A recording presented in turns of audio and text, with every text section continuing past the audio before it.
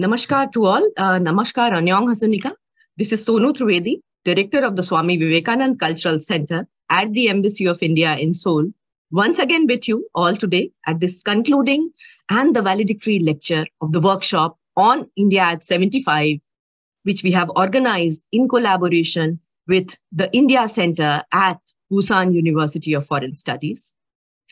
Friends, besides focusing on India's civilizational legacy, cultural heritage and diversity, progressive history, and significant landmarks and achievements by its people, under this workshop, we have also focused upon some of the emerging issues in India-Republic of Korea partnership.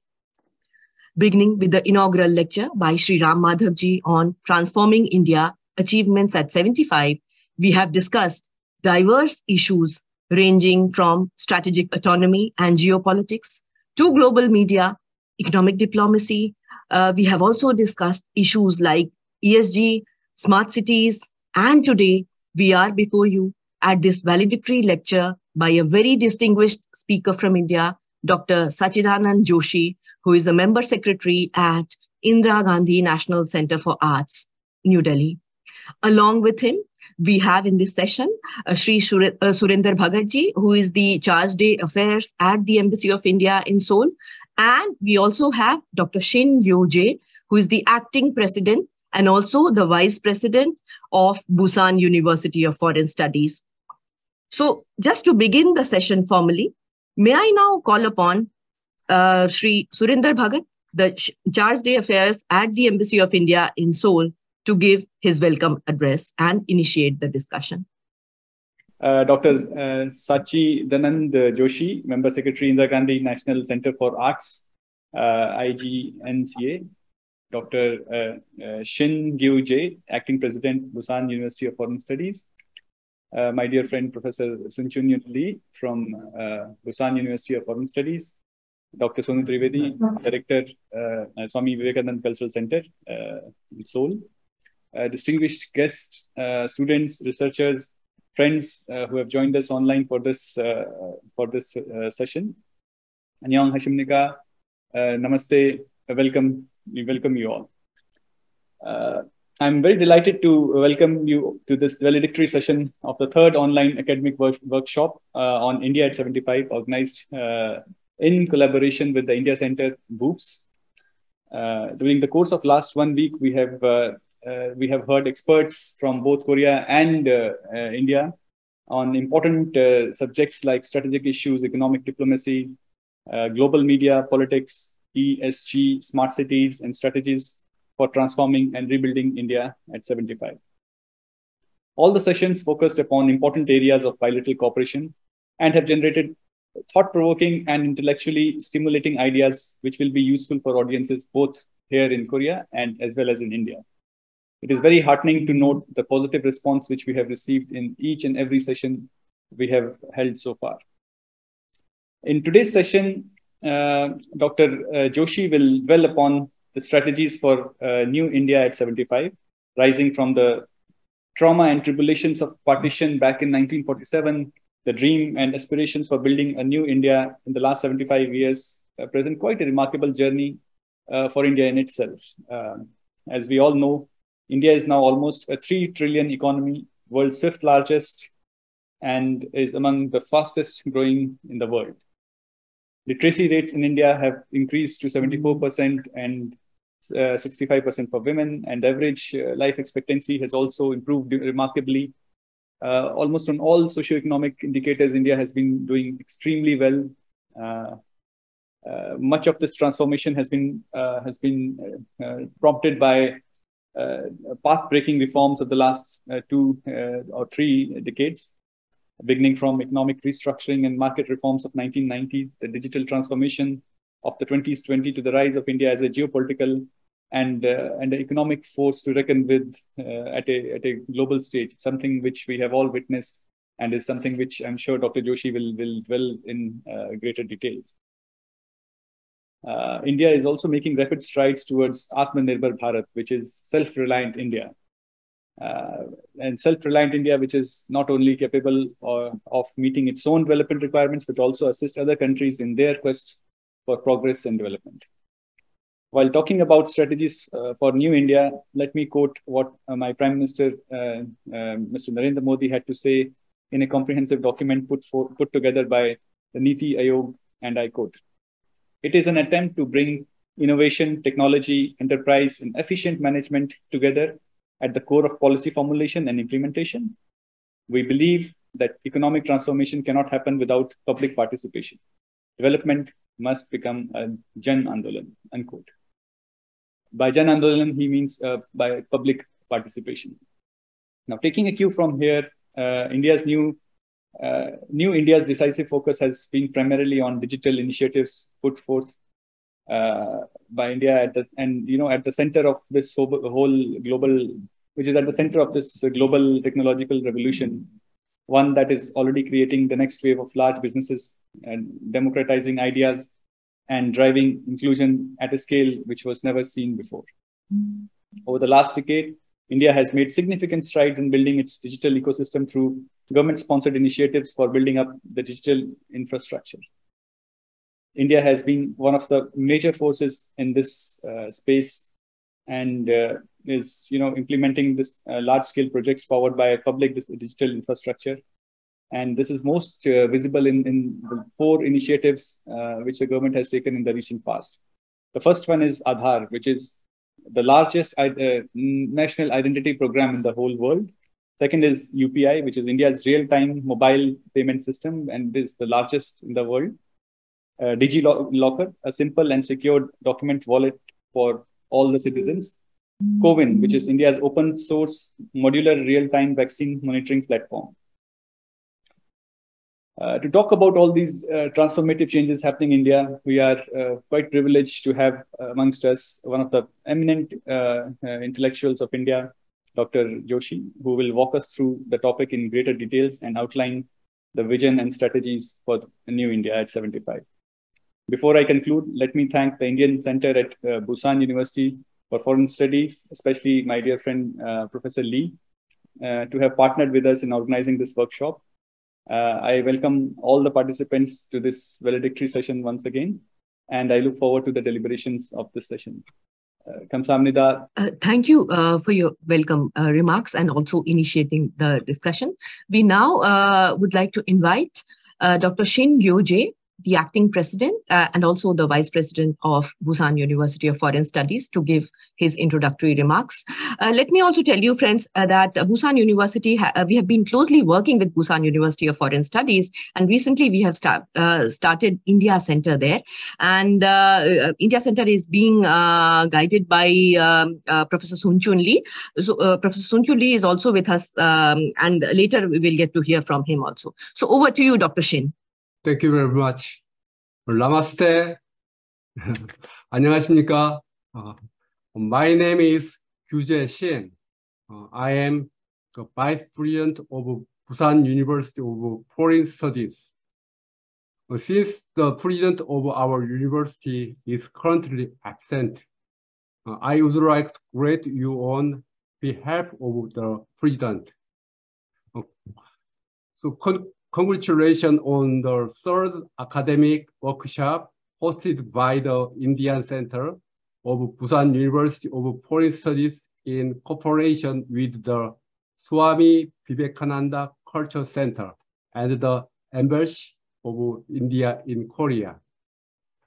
I know that democracy in India became independent on August 15th, 1947, and on August 15 this year, 2022, democracy is in India will mark 75 years.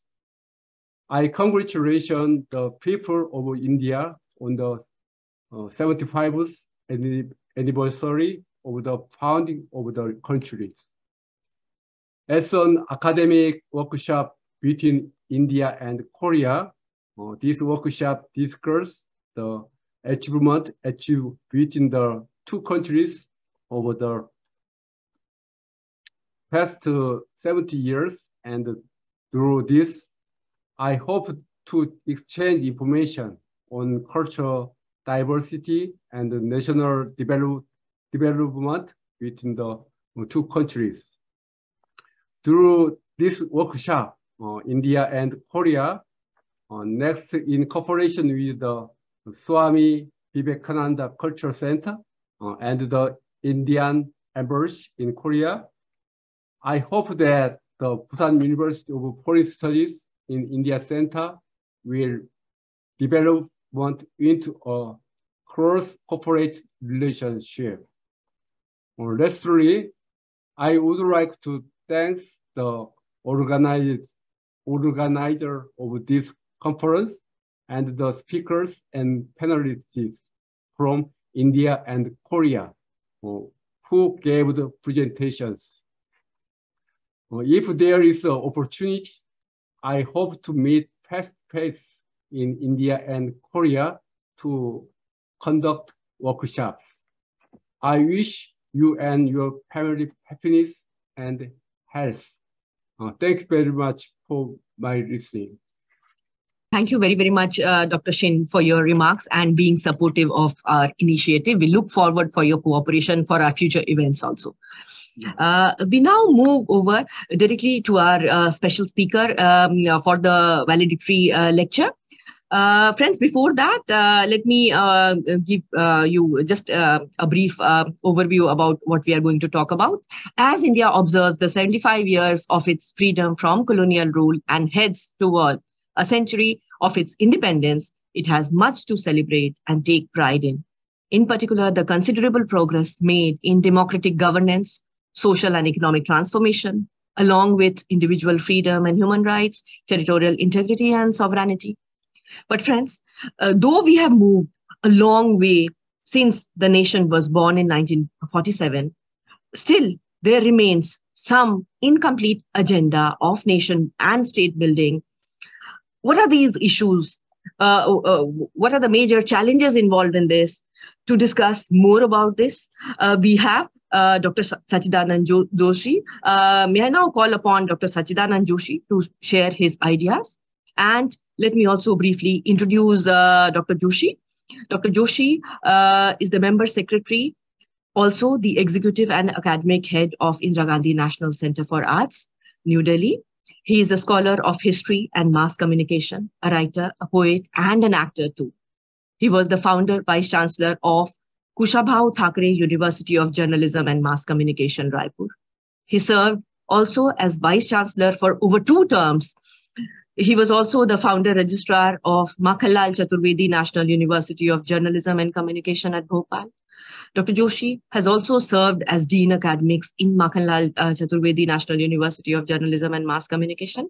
He has written extensively on media, communication, history, culture, education, policy, and other relevant issues. He's been delivering lectures on communication, gender sensitization, research for resurgence, personality development, art and culture in prestigious institutions in India and abroad. He has edited the speeches of Honorable Prime Minister Shri Narendra Modi for publication division. He also has edited many other prestigious publications. He has been writing extensively, and one of his recent work is Sachchidanand Joshi Ki Lokpriya Kahaniyan, which is a collection of his short stories. We also have 2 of his poetry collections, Kuch Alp Viram, Pal Bhar Ki Pehchan, which he has written. His speeches have been compiled in 2 volumes titled Mera Desh, Mera Dharm. Sir, it is a personal pleasure and delight to host you for this very important lecture that we are having here today. We look forward to your ideas for India at 70, New India at 75, the strategies for New India at 75. Screen is all yours now. Asato ma sadgamaya, tamso ma jyotirgamaya, nrityurma amrutam gamaya. Lead me from untruth to the truth. Lead me from darkness to light. Lead me from death to immortality. Most respected, the acting president of Busan University, SHIUJ, Shri Suresh Bhagat, Professor Shenchu Lee, the moderator of this session, Sonu Trivedi, all other distinguished audience and dear friends.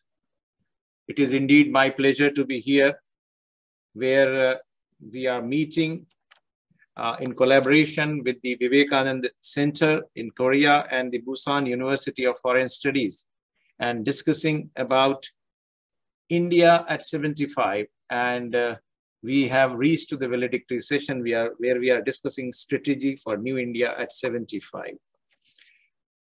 This 75 years journey has been a remarkable journey for India, because India attained freedom on 15th of August 1947. But that was only a transition phase in the remarkable history and heritage of this great country. We know that the lineage of India is as old as 5,000 to 7,000 years back. Even in our ancient scripts, in Atharvaveda, in Prithvi Sukta, the demarcation of India's geographical boundaries are very well defined. That is more than 3,500 years back, when they say, Uttaram yad samudrasya himadrasya dakshinam varsham tad yad bharataha bharati nam santati. The land where Himalaya is at its north and the sea at its south, the country between these two is known as Bharat, and the people living in it are known as Bharati. So that is the old tradition of India. And I'm very happy that when we discuss about India's emergence as a developing country after 1975, we also see the rich cultural heritage and tradition which India has been enjoying for over 5,000 years. What has really brought us back celebrating this 75 years, that is Azadi Ka Amrit Mahotsav. And when we say India at 75, what is it all about? And if you go to the website of Azadi Ka Amrit Mahotsav, that is India at 75, you have these staggering figures showing the magnanimity of this entire festival which people of India have celebrated. When our Prime Minister flagged off the events on 12th of March 2021, that was from the Dandi March. Ever since, India has witnessed series of events, mostly organized by the people of India. As Mr. Bhagat has rightly said, it has become a Jana Janaka Utsav, a festival of people. And it is not only a festival of people in terms of organizing the events, but it is also a festival of people who have internalized this entire process of celebration and festivity in the name of India. More than 60 million visitors visited the site of Azadi Ka Amrit Mahotsav. That is a staggering number from any yardstick. Then more than 50 lakh participants participated in different competitions and events, and more than 90,000 events throughout the country happened. The recent event, which was organized on the call of our Honorable Prime Minister, known as Har Ghar Tiranga, was not only celebrated in India, but it was celebrated in the entire globe. All the prominent countries had this celebration at the prominent places, most prominent places of those countries. If I'm not exaggerating the figures, more than 22 million, that is 22 crores of people really had this Har Ghar Tiranga participated in that. And this was the figure which was officially told by the Ministry of Culture. I don't know, there might be many more which have never been counted. So how this has happened, what kind of a celebration, and why this celebration is being observed throughout the world, that is to be understood.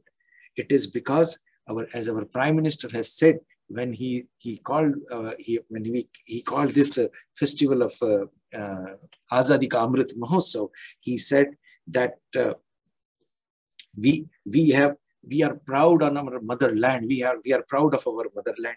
We are proud of our own constitution. We are proud on our democratic tradition. We are proud on our knowledge tradition and technology, and we are proud on our heritage and culture. And that is to be shown to the entire world. And how we can show it to the entire world. And we have evolved different techniques and different functions and different events, such as Har Ghar Tiranga, we also had a very beautiful event known as Rashtragan. All the people of this country sang the national anthem, and the figure went about 10 crores who sang the national anthem in the Rashtragan.in. We are also trying to map all the villages. As we all know, India has more than 6.5 lakhs villages in this country.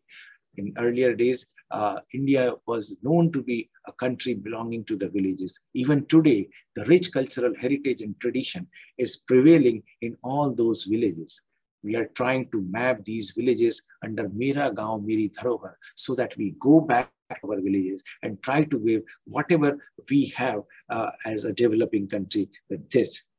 So what were these 5 significant points on which the Azadi Ka Amrit Mahotsav was celebrated? The first one was the freedom struggle, the stories of India's freedom struggle. And when we talk about freedom struggle, as we know that history has its own perspective.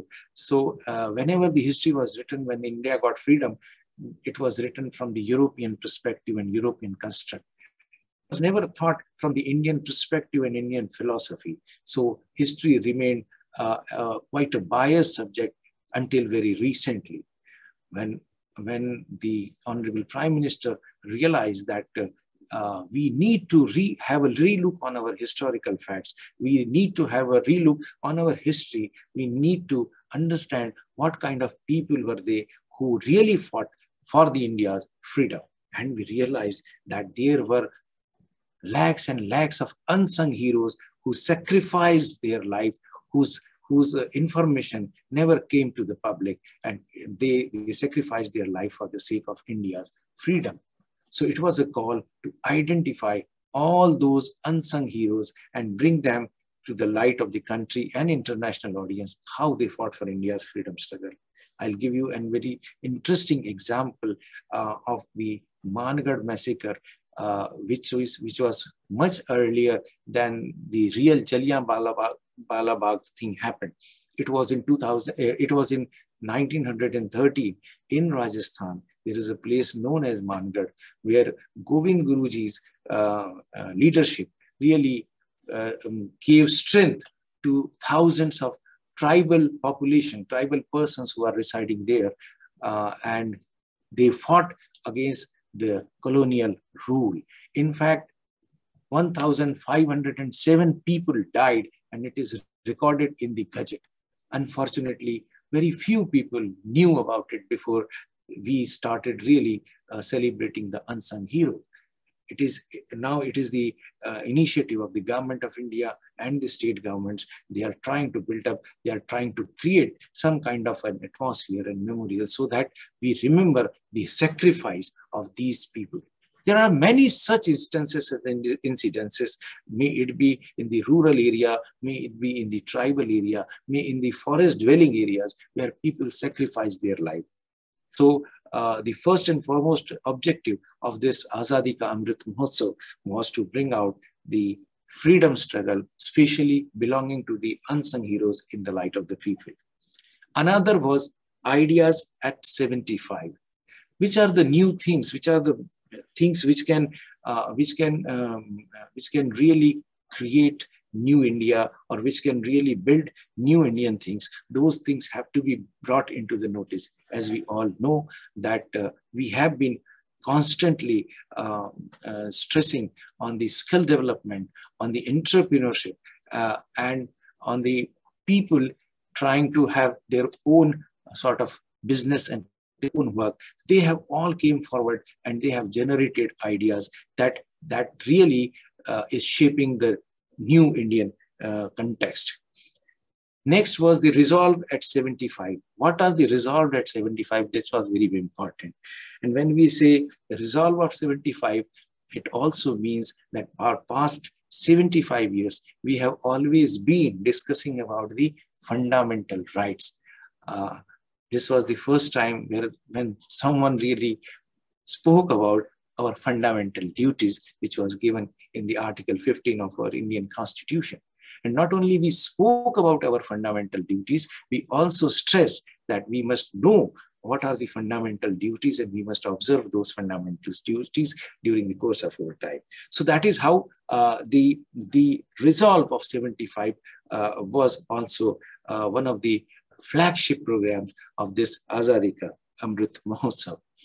Another aspect of this Azadi Ka Amrit Mahotsav was action at 75. What kind of things we can really do to materialize all these things? That was also an important aspect of the entire Azadi Ka Amrit Mahotsav, and which has been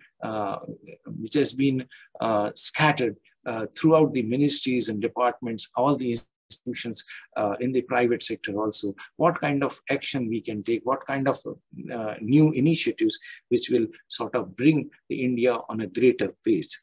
And last but not the least were the achievements of 75. And when we talk of achievements, these achievements were not only belonging to the people who really come in the forefront and have the limelight, but the achievements of the common people, persons of the last lines, who are really working hard for bringing the India on a developed platform.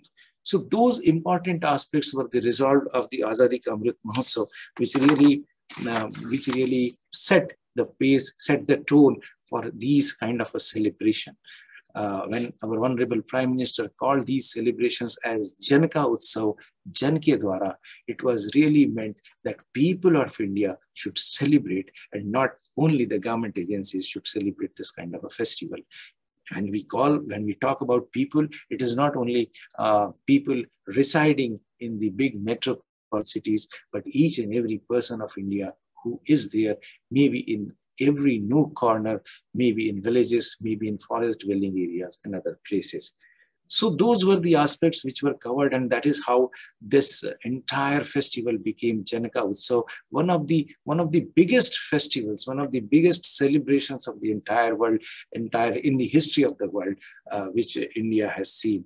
And it has been now extended for another term of 1 year, and it will be going up to 15th of August 2023.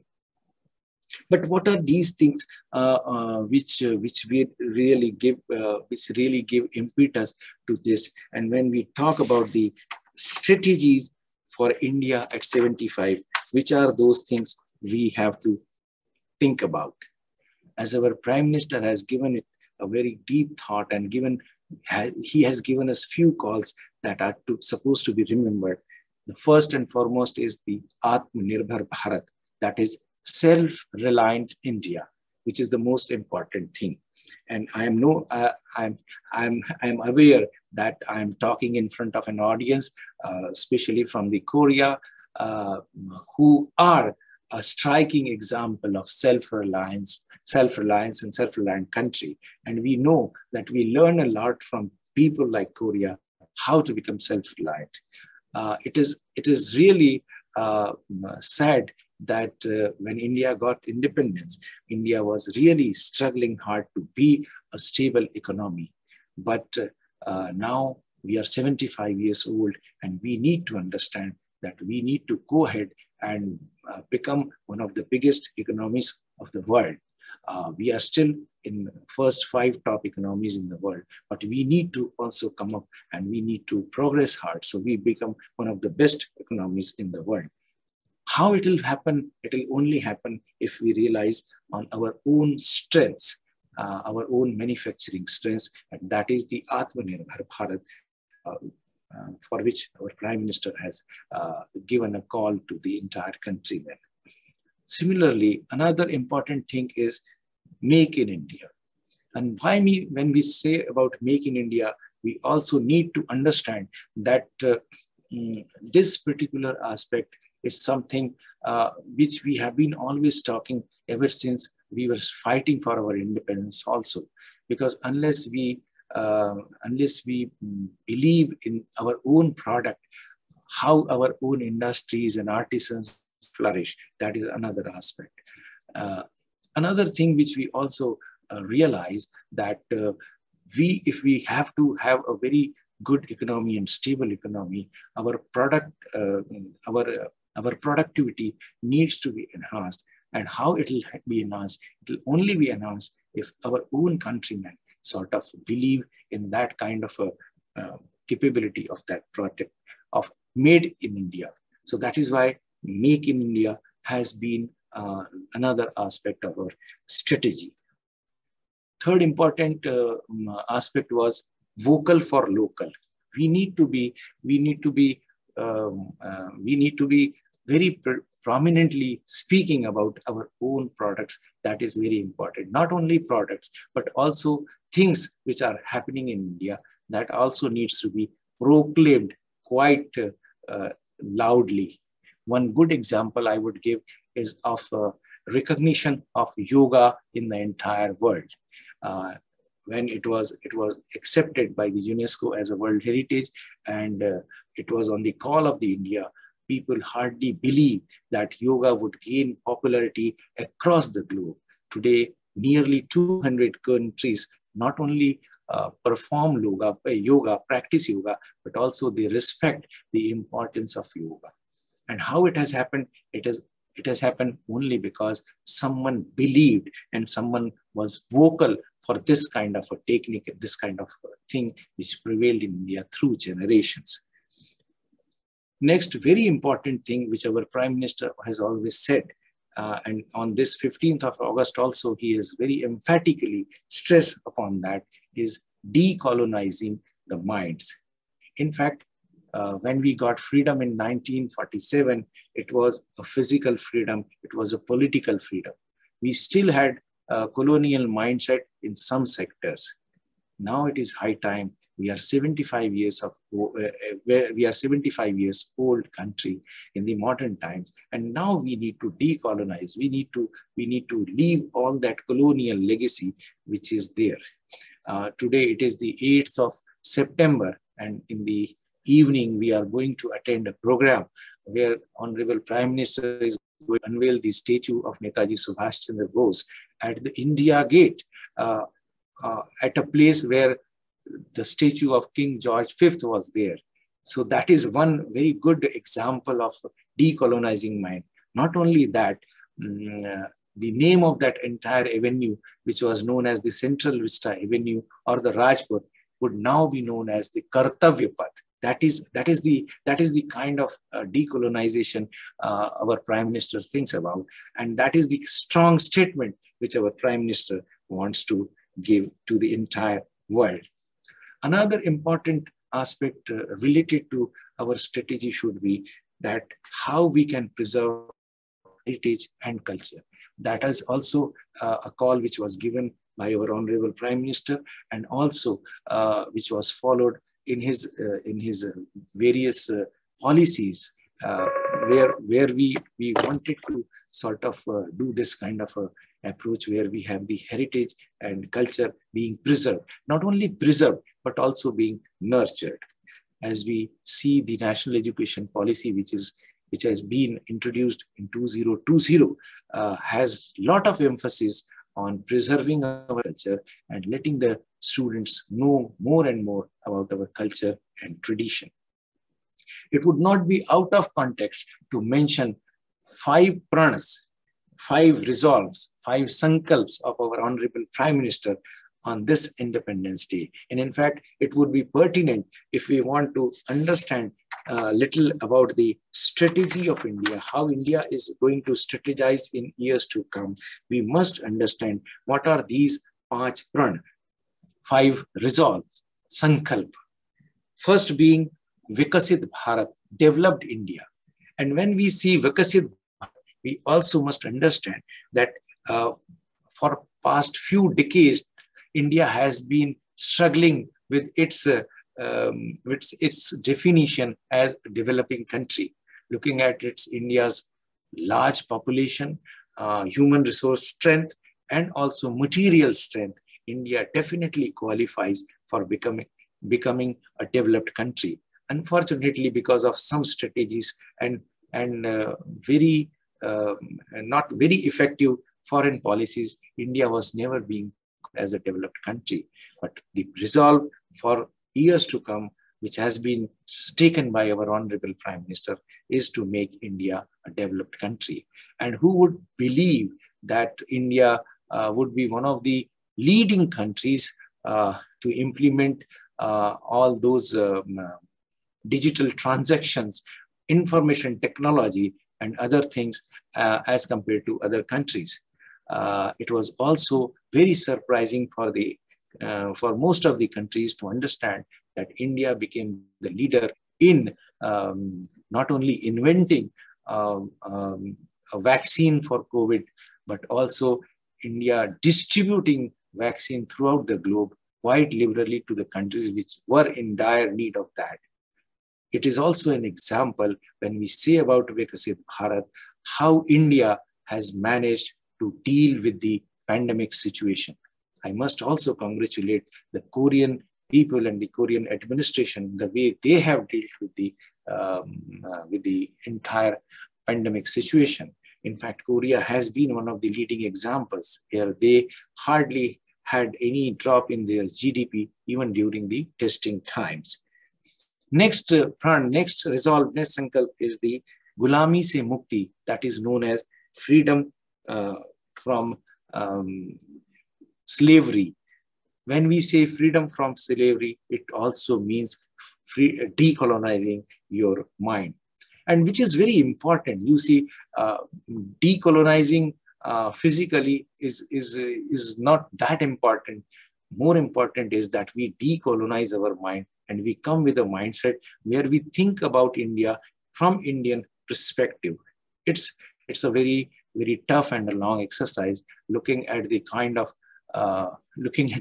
international scenario. Still, we have good friends who support us in this endeavor so that we get a chance to decolonize ourselves as soon as possible, as fast as possible, and as vehemently as possible. Third important sankalp, third important resolve is Virasat Par Garv. That means we should have pride on our rich cultural heritage. When I said in my beginning that India is not a country which is said to be only 75 years old, it has to be treated a country which is more than 5,000 years old legacy. It needs to be told to the entire world. And when we say it needs to be told to the entire world, it also means that India is the country which has one of the oldest civilizations of the world and which has oldest traditions of the world.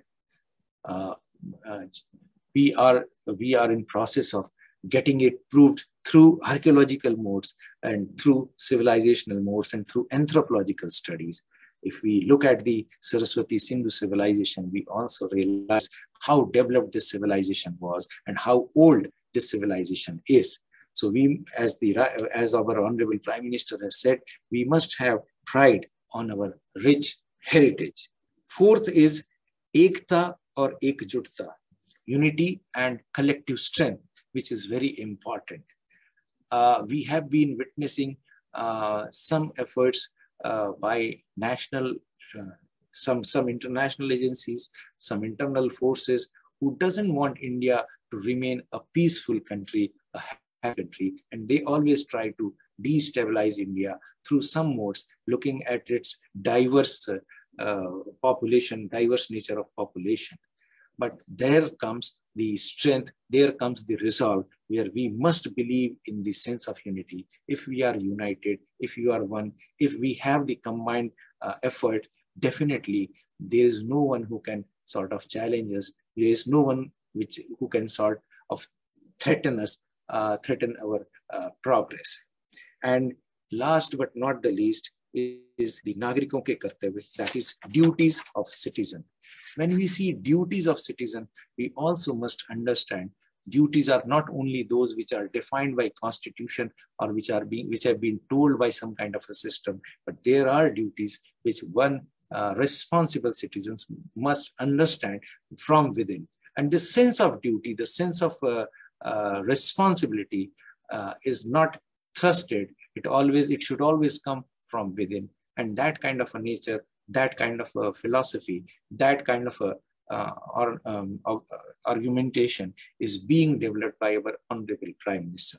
And that is how we want to sort of make India in years to come more self-reliant, more progressive, more developed, and more confident. When we say Jai Jawan, Jai Kisan, Jai Vigyan, and now Jai Anusandhan, that is also being added on this 15th of August. It is also important to understand the strategy, how India is going to progress. We definitely have trust and believe on our military forces, the soldiers who are fighting battle at the borders of this country, securing our borders. We also honor and respect our farmers who are day and night working tirelessly to give us food, and who would believe that at one point of time when India was sort of importing food grains from other countries. Today, India is one of those countries which has the huge capacity to export the food grains to other countries. The scientific power, the Vigyan, is being always celebrated in India. And we know that India has a deep-rooted tradition of science and technology that needs to be respected. But today, when our Prime Minister says Jai Anusandhan, it has a very, very important connotation which we must understand. It is not only the modern research about which our Honorable Prime Minister is talking. It is also about the indigenous traditional knowledge system which is there in every nook and corner of our country that needs to be explored.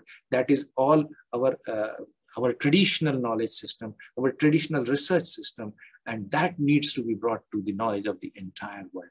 And that is there, that is the strength. We have to understand how we move ahead.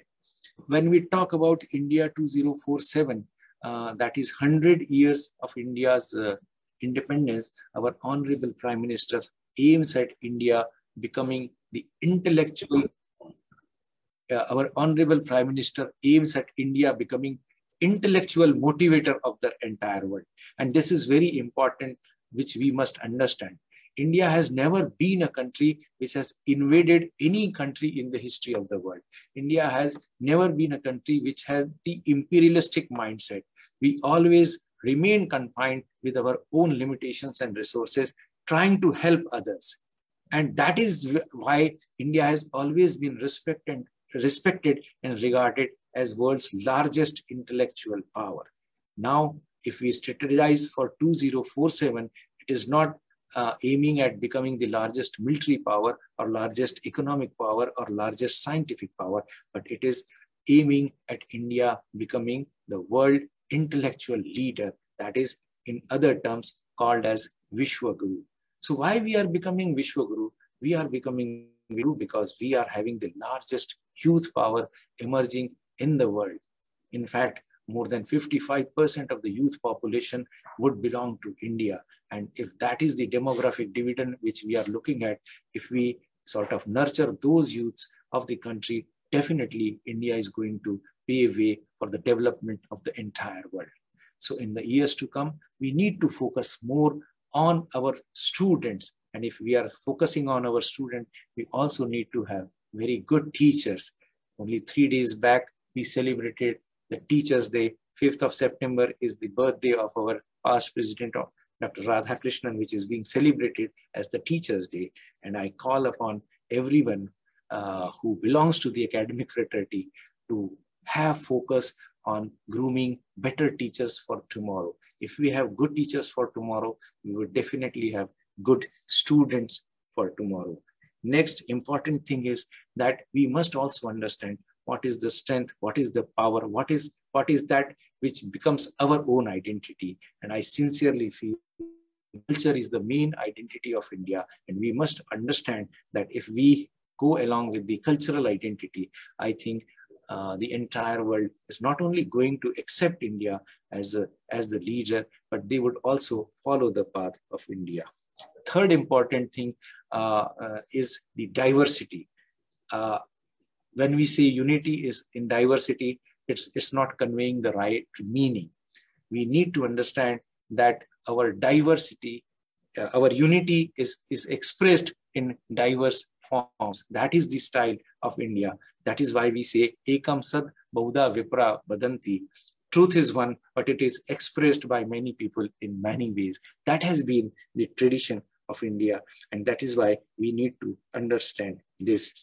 And last but not the least, we need to strengthen relations with the friends who have closer proximity with us, who have similar culture with us, who have similar traditions with us. And in that sense, I think this effort being organized by the Swami Vivekananda Center and the Busan University is a remarkable effort, because with Korea, we share so many good things, and we also have similar kind of nature.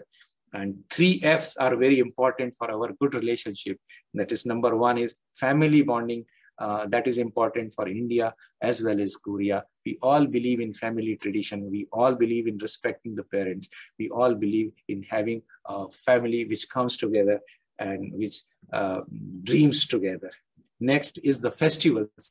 Both the countries have the rich tradition of celebrating very good festivals and remarkable festivals with full festivity. We are a festival-loving country, and so that is also another common thing which we have. And third important thing is the food. So these 3 F, when we talk about food, who can forget the resemblance between kimchi and the pickles which we in India made, or yaki mandu and gujia? Those things are quite similar to in nature. So these 3 F's are very important for India and Korea relationship. So we must understand who is our friend, who is our neighbor, and who has the close proximity as far as our culture and tradition is concerned. And if we do that, definitely together we are going to make a very good world, because India has always believed in the world becoming one family. India has never been a country which had a selfish motive. Our motive has been Ayam nijo pareveti ganana laguchitasam udar charitanam tu vasudhaiva kutumbakam. This is mine, this is yours. All these thoughts are people who have the small mindedness, limited mindfulness. People who are large-hearted always think that the entire world, entire universe is one family. And with that feeling, I conclude my deliberations, thanking the organizers for giving me an opportunity to sort of discuss whatever I had in my mind. Thank you very much. Namaskar. Thank you, sir, for your fascinating lecture and sharing your thoughts on strategies for New India at 75. Very aptly, you have summarized the 75 years of journey of independent India, and also you have highlighted upon the glorious history and what exactly we are doing under Azadi Ka Amrit Mahotsav, the 6 pillars of this Mahotsav: freedom struggle, ideas at 75, resolved at 75, action, and achievements at 75. In fact, we also at Swami Vivekananda Cultural Center at the Embassy of India, Seoul, we've been organizing various events focused on these themes, and this academic workshop is also a part of this ACAM celebration. So thank you, sir, for your very illuminating and fascinating lecture. Sir, just one question. Do you have, can we take questions from the audience, or if you have time? Yeah, I don't know, 1 or 2 questions we can have. Okay. So we can open the floor for discussion, but let me before that invite Professor Sun Chun Lee, who is our academic partner from India Center, Busan. Professor Lee, could you please unmute yourself? Thank you so much, Sono and Dr. Sono Trivit, and also thank you your very meaningful and touchable presentation. I am strongly agree that India have the strong culture, soft power, and democracy. Those are very important roles to leading the world. But of course, Korea also have the strong cultures there, and I'm really proud of lately the Korean culture spread to the world. But lately, I became very interested in the cultural exchange with India, and because I become the director of the India Center, then I have some burden to make the collaboration and make the exchange and whatever I'd like to do my best for that. By the way, anyway, in Korea, we have a lot of the Buddhist cultures, but we cannot see any other good India culture, even though India have the very so many cultures and excellent, very excellent cultures in India. So I cannot count how many good cultures in India. So I'd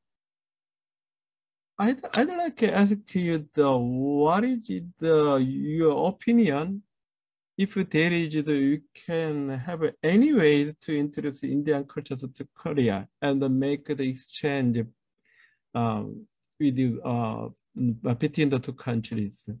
That is my questions. So I think, Sonu, it is for the cultural center to respond rather than me responding this. You can take up this question and respond, okay?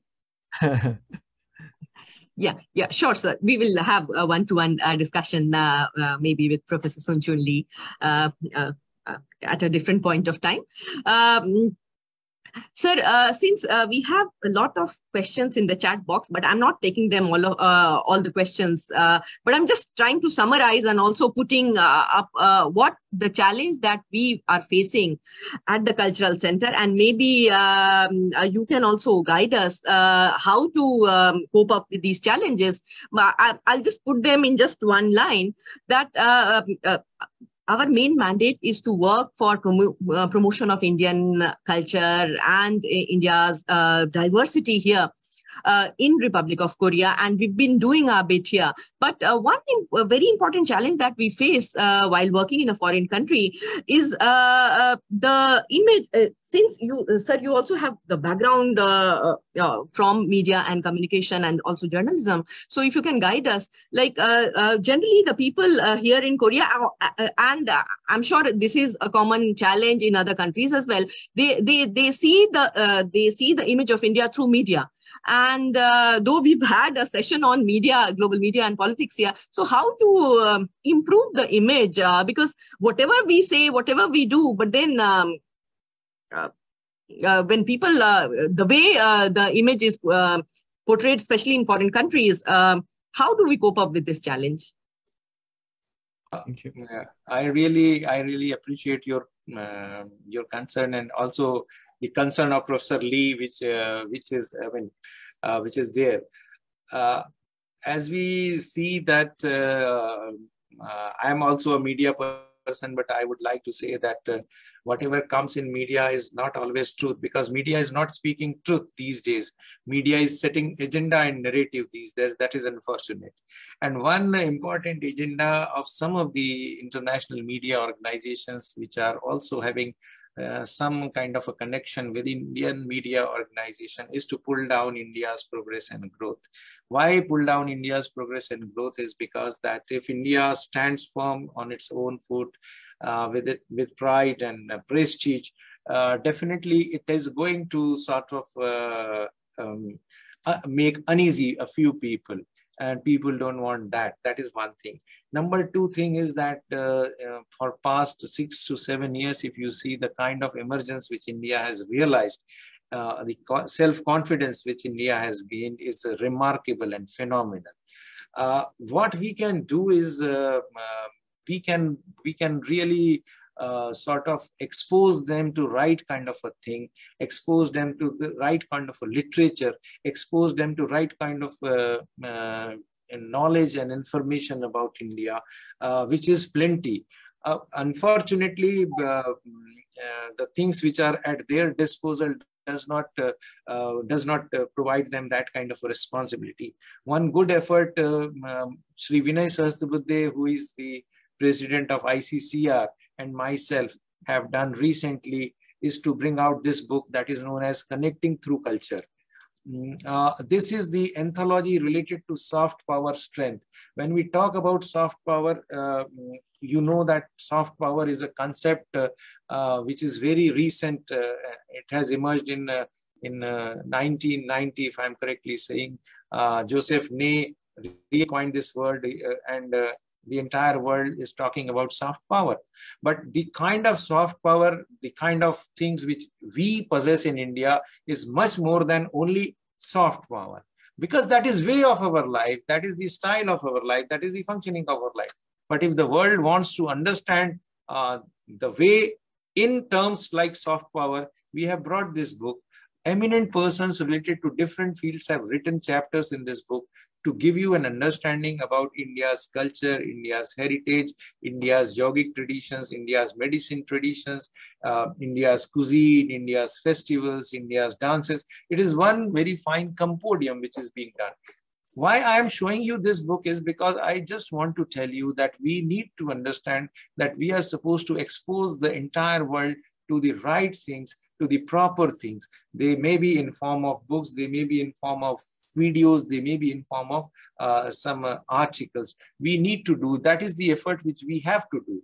Because if we don't do that effort, the world is going to remain as ignorant as they are, or they want to sort of put their eyes shut when they talk about India.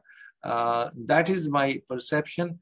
I cannot reflect much more than this on that, because then I would be sort of intruding on other domain that is known as foreign policy, which I don't want to go into.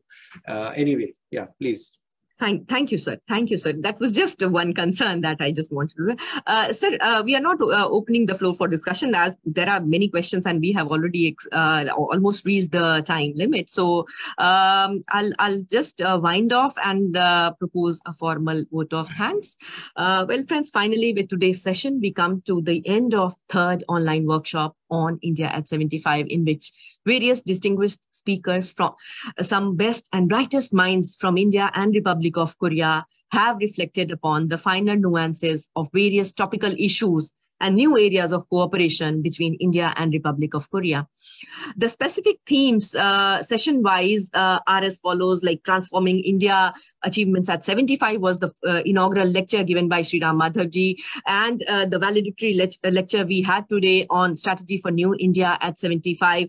Besides these, we had several lectures focusing on the theme such as strategic autonomy and geopolitics. This was given by Professor Shrikant Kondapalli. He's a professor at Jawaharlal Nehru University.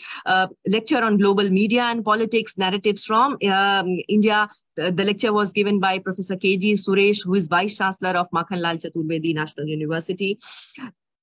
The lecture on economic diplomacy as a factor in India Republic of Korea ties was given by Professor Sun Chun Lee. Environmental, social and governance landscape in India and Republic of Korea. This lecture was given by Mr. Sachin Satpute, who is the president of Novelist Asia. And we also had yesterday a lecture on smart cities forging international partnership between India and Republic of Korea. And the lecture was given by Dr. Cho Jong-jae, who is the former vice president of KIEP. Yeah. So with these lectures, I'm sure all the participants would have got the opportunity to learn a lot about various issues involved in India Republic of Korea partnership, and also to learn more about what we are doing in India at this particular time when we are celebrating Azadi Ka Amrit Mahotsav, when we have entered the 75th anniversary of India as an independent nation. And here at Embassy of India, Seoul, as I already pointed out, we have put together a series of events to mark this joyous occasion with a special focus on themes of relevance to India and Republic of Korea partnership. And this academic workshop is a part of this Azadi Ka Amrit Mahotsav celebrations. At this time, when I'm proposing the vote of thanks, let me, on behalf of Embassy of India and the Cultural Center, thank all those who have been directly and indirectly involved in putting together this online workshop. At the outset, let me formally thank all our valued speakers and our academic partner, Busan University of Foreign Studies, for collaborating in this academic exercise.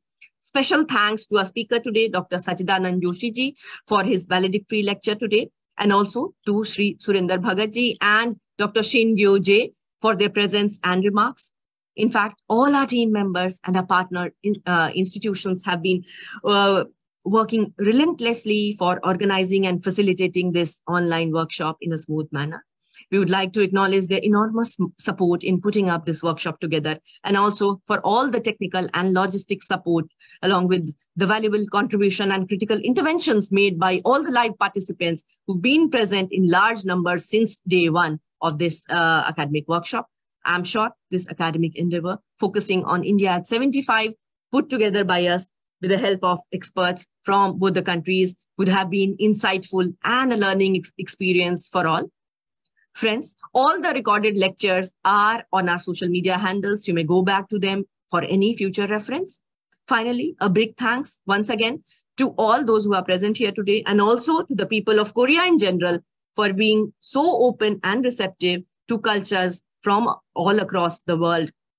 And my last word, as always, stay tuned to our social media handles for more updates about our future events.